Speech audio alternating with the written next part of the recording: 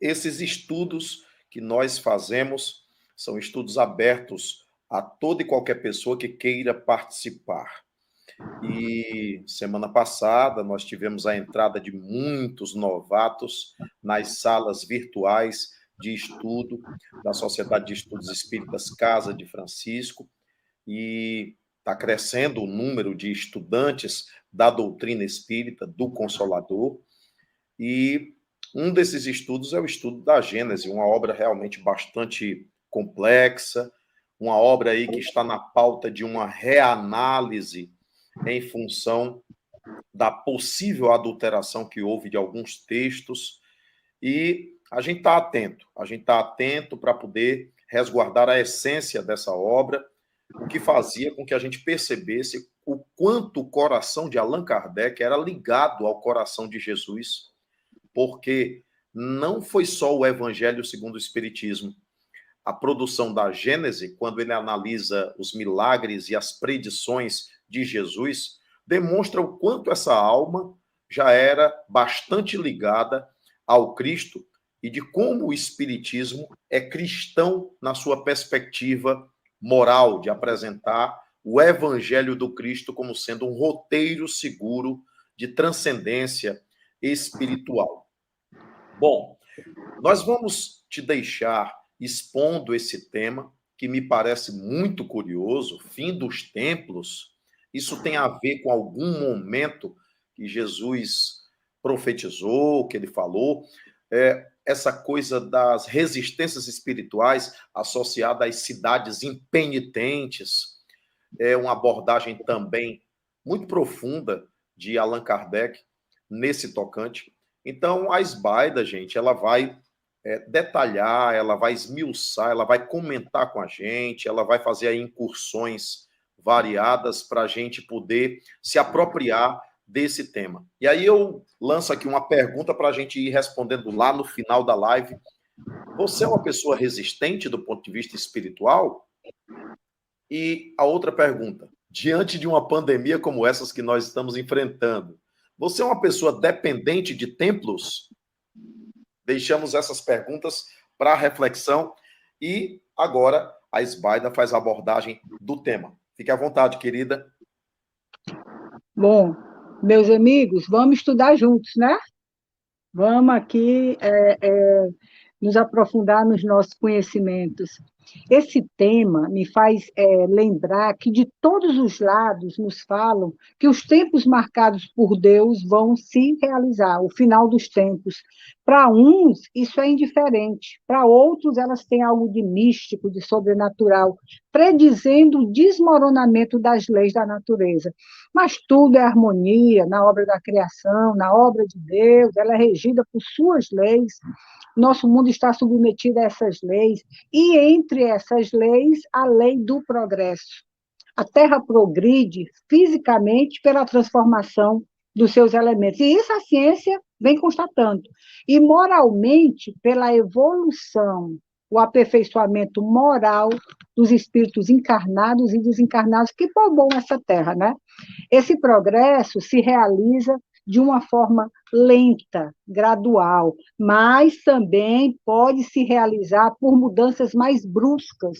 E isso pode acontecer limitado a uma raça, a uma nação, outras vezes de forma geral no mundo. E isso é inevitável. Por quê? Porque está na natureza, é uma condição humana, né? As leis divinas estão gravadas, né, nas nossas consciências. Tudo se move, tudo funciona numa ordem perfeita, tudo tem um objetivo, e só entendemos de outra forma pela nossa visão limitada, pelo nosso estágio evolutivo. Além do desenvolvimento da inteligência, o nosso senso moral, ele se encontra num processo de crescimento gradativo para atingir que objetivo? O objetivo de internalizar, fazer com que reine em nós a caridade, a fraternidade, a solidariedade. Não é só a inteligência que é necessária ao homem, não. A elevação do sentimento é fundamental, é imprescindível. E, para tanto, as mudanças se fazem necessárias na condução desse processo. Muitos, acomodados no apego à matéria, aos condicionamentos nocivos, milenares, né, por o orgulho e o egoísmo à frente das suas vidas, tentam ainda resistir, mas são arrastados pela força dessa lei divina. É uma força inevitável a marcha do progresso. Assim foi em toda a história da humanidade. Esse velho mundo nosso morrerá e só viverá nos livros, na história da humanidade, com seus costumes bárbaros, seus templos, suas crenças religiosas, dogmáticas, a serviço do ego. No livro A Gênesis, nós temos um pouco dessa trajetória da humanidade retratada. É no capítulo 17, nos itens 18 a 21. Eu vou ler apenas alguns desses itens, para não ficar muito longo, e o nosso tempo tem um limite.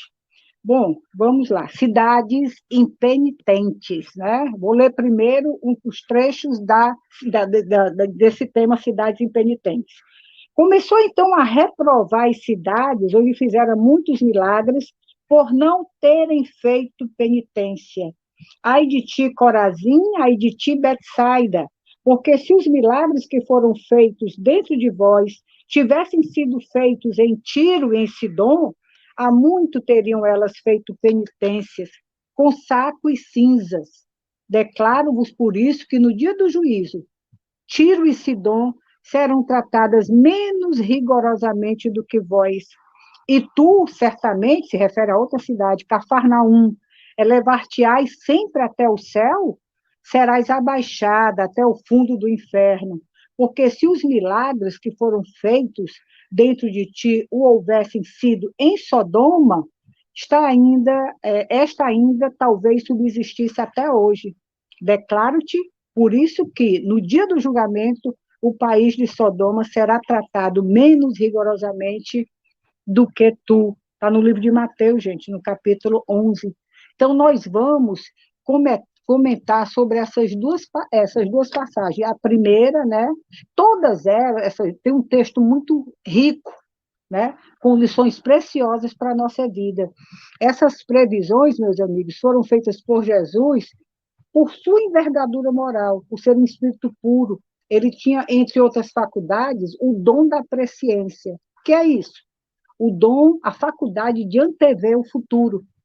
Quanto mais o espírito se eleva, se depura, maior a condição de extensão, né, de penetração da sua visão espiritual. Mais longe, mais além no tempo, ele consegue ver coisas que vão acontecer não só num futuro próximo, mas num futuro longínquo. A evolução, Kardec nos dá um exemplo muito bom, é como subir uma montanha. Se vê mais à medida que se sobe, a visão é melhor. Daí vocês imaginem a potência de visão de um espírito puro, como Jesus. Então, Jesus estava em constante desdobramento pela pureza do seu espírito, lhe dando essa condição de saber o amanhã. E isso ele demonstra em muitas passagens evangélicas. Ele, nas suas previsões, como nós acabamos de ler aqui, fazia previdência a essas cidades, né? Essas 3 cidades que não buscavam a sua espiritualização, e sim, viviam somente nos desequilíbrios da matéria, dando vazão aos seus instintos. Nosso objetivo aqui, meus amigos, é nos melhorarmos, mas se continuamos teimando nos erros, nós iremos responder de forma mais difícil por essa reincidência. E não é por falta de oportunidade, não. Jesus não estava condenando aquela cidade. Aquele ai de ti era um termo muito comum naquela época, significando, entre outras coisas, lamento. Aparece várias vezes no Velho Testamento, no Novo Testamento, Jesus pronuncia diversas vezes. Então, ele estava expondo as consequências dos atos daqueles povos, em observância de uma lei divina, a lei de causa e efeito. E Jesus previu a queda dessas cidades, se referindo a Corazim, a Betsaida e Cafarnaum, localizadas na região da Galileia, que foram o cenário da atuação dele, né? Ele esteve nessas cidades. Gente, apresentou muitos fenômenos para poder fazer com que as pessoas se fortalecessem em suas crenças, em sua fé, fez curas, deu ensinamentos para direcionar no bem, alertando as pessoas, realizou milagres como era entendido, os evangelhos entendem como milagre, mas nós sabemos que tudo que ele realizou tinha respaldo nas leis naturais, ainda desconhecida pelos homens. E mesmo assim, essas cidades não se arrependeram, não se transformaram, tiveram contato com tudo isso, mas se mantiveram com o mesmo comportamento. Jesus, repito, não estava ameaçando aqueles povos, e sim lamentando. Chorou no templo de Jerusalém, né, gente? Então, vamos agora ao segundo tema, né?